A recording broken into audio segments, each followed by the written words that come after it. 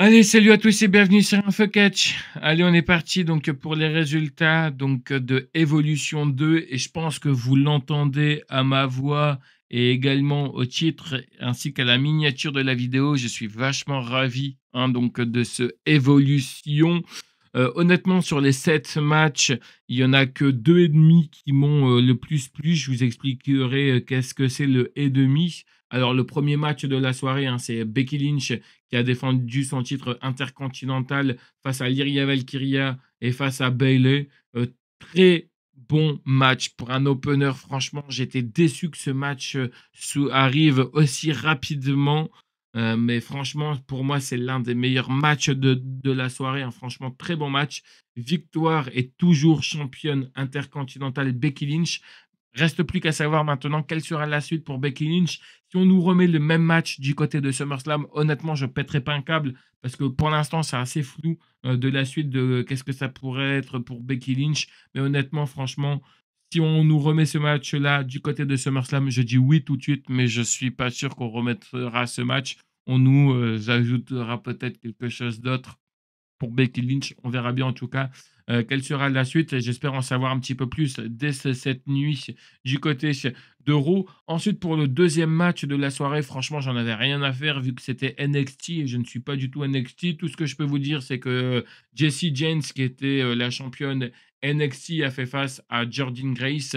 On a toujours Jessie James qui est restée championne parce qu'il faut savoir que Jordynne Grace était accompagnée de Black Moré, je ne sais pas si ça se prononce comme ça, enfin bref, mais tout ce que je peux vous dire, c'est que la Black Moré, enfin celle qui a accompagné Jordynne Grace, elle l'a trahi, donc du coup ça a permis à Jessie James de conserver son titre NXT, et voilà, enfin franchement honnêtement j'en avais rien à faire parce que je ne connaissais pas du tout euh, ce match, comme vous le savez, NXT, je ne suis pas la seule que je connaissais, c'était uniquement que Jordynne Grace, le fait qu'elle est passée du côté du Royal Rumble et le fait aussi qu'elle est du côté de la TNA. C'était tout ce que je connaissais lors de ce match. Bref, allez, revenons à quelque chose qui m'a le plus, un petit peu plus motivé, des visages que je connais un peu plus. Là, c'était un fatal five-way tag team match où on a Raquel Rodriguez et Roxanne Perez qui ont remis leur titre en jeu face aux Kabuki Warriors qui se sont réunifiés, donc Asuka et Kairi Sane, face à une équipe un peu surprenante qui était Alexa Bliss et Charlotte Flair, et face à deux équipes une équipe pardon, que je ne connaissais pas du côté de NXT, qui est Solo Ruka et Zaraya. Je pense que c'est comme ça qu'il faut le prononcer. Enfin bref, en tout cas, tout ce que je peux vous dire, c'est que c'était plutôt un match tag team assez correct.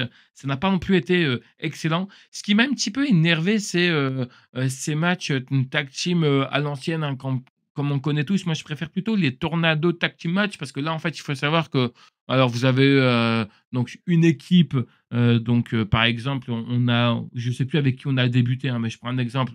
On a eu Raquel Rodriguez et Asuka, par exemple, et tous les autres étaient au bord du ring. Et ça, vous voyez, j'aime pas. Pourquoi? Parce que ça met pas les équipes en avant, en fait.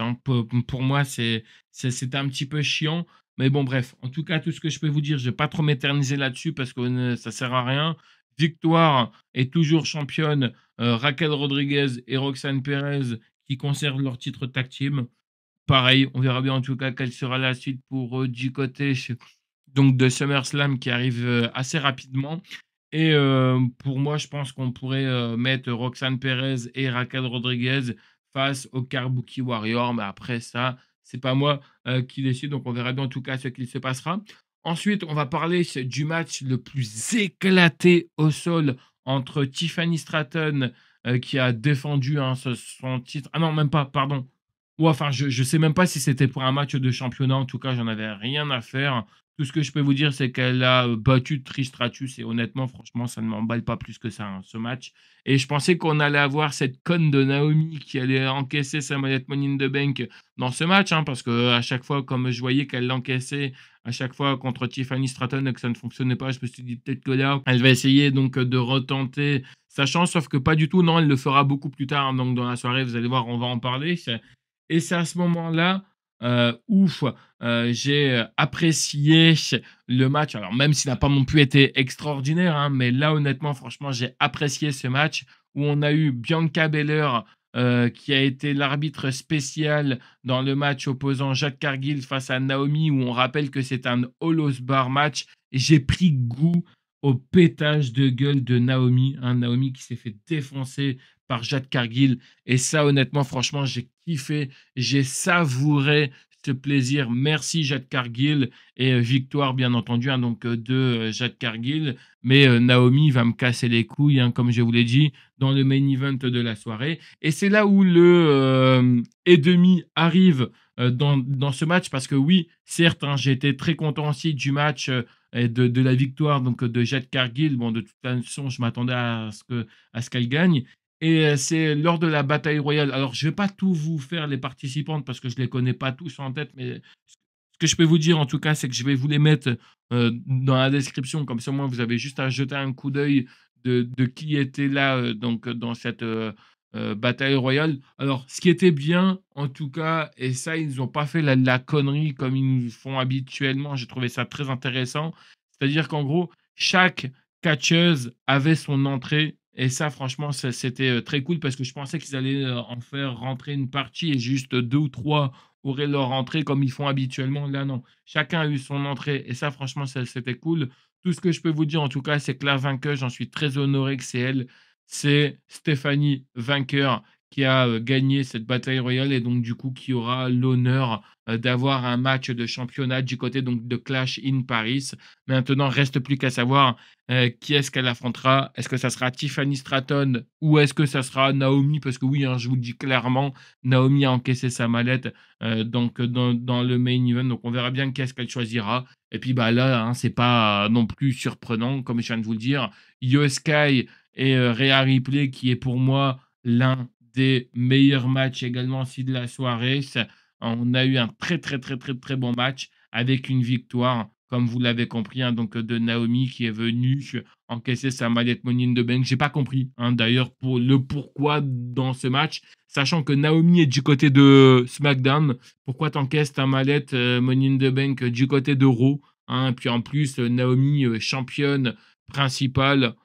Oh putain, mais quelle connerie. Après la connerie de Jey Uso, la connerie de Naomi, franchement, j'y comprends rien. Tout ce que je souhaite, en tout cas, comme je l'ai dit en story Instagram, c'est que Stéphanie Vainqueur choisit Naomi pour l'affronter du côté donc, de Clash in Paris. J'espère que Naomi se fera péter la gueule comme elle s'est fait péter la gueule face à Jade Cargill. Et j'espère qu'ils se rendront compte que c'était une énorme connerie d'avoir donné la mallette à Naomi. Et j'espère que Stéphanie Vainqueur récupérera le titre de Naomi. Et comme ça, au moins, on n'en parlera plus. Voilà un petit peu concernant donc de tout ce qui s'est passé du côté donc de Evolution. Comme vous l'avez compris, hein, j'étais vachement emballé par ce pay-per-view. Honnêtement, franchement, comme je vous l'ai dit, il y a vraiment que 2 matchs qui m'ont le plus plu, l'opener et le main event, malgré que je retire des points sur ce qui s'est passé vraiment à la fin du main event. En tout cas, l'avantage, c'est que Io Sky reste toujours invaincu face à Rhea Ripley. C'est quand même impressionnant. Au moins, tous les deux, elles restent fortes. Mais bon, j'aurais plutôt préféré avoir une fin de match clean. Mais bon, la WWE en a décidé autrement. Je reste convaincu que Evolution 1 était meilleur que Evolution 2. Ça reste mon point de vue. On peut ou non le partager donc, dans l'espace commentaire et je respecterai bien entendu votre avis si vous êtes d'accord ou non avec moi. Bah, quant à moi, je vous retrouve plus tard pour une prochaine vidéo. Allez, bye tout le monde.